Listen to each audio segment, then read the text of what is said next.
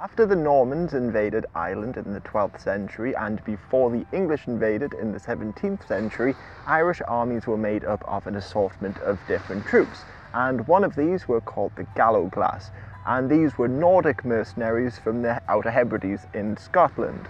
But particularly after the Scottish Wars of Independence, many of them just settled in Ireland and were trained by the Gaelic or Norman lords there. And they were largely heavy infantry and carried a claymore and sparthax into battle, showing both their Scottish and Nordic roots. And they fought alongside the Kerns, who were a native fighting force who almost never wore armour, so they were a light fighting force. But they were also skilled guerrilla fighters. For instance, after the Norman invasion, they were called the Wood Kerns because they essentially operated as like forest bandits. And they often employed foreign mercenaries, notably from Highland Scotland, and these were called the Redshanks. However, they were always poorly equipped. For instance, they wore chainmail centuries after it had become outdated, and they also sometimes fought without shoes.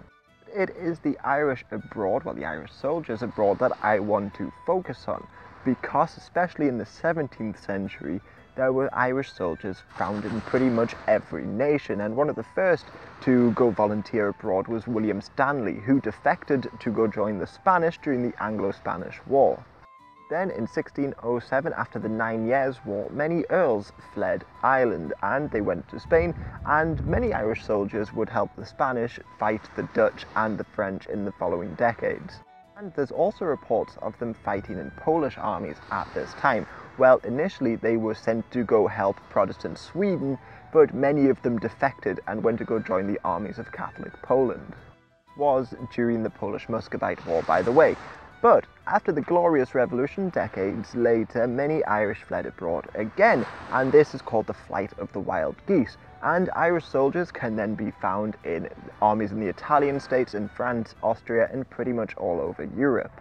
Now, some nations accepted so many Irish into their ranks they were able to form their own brigades. For instance, there was an Irish brigade in the French army, but I'd recommend you look up all the wars that they took part in. But I want to focus on some of the interesting people who fought abroad. Start off with Peter Lacy. Now, he was an Irishman who went to Russia and became one of Russia's most successful generals, fighting in the Polish War of Succession. But his son would go on and help the Austrians during the 7 Years' War. On Austria, there was an Irish descendant, let me get this name right, Maximilian Karl Lamoral O'Donnell, who helped save the life of Emperor Franz Joseph during an assassination attempt.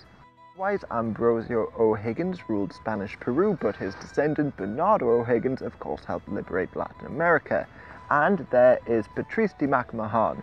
Now, he was a French general who served in the Crimean War and Franco-Prussian War and would later be president of France.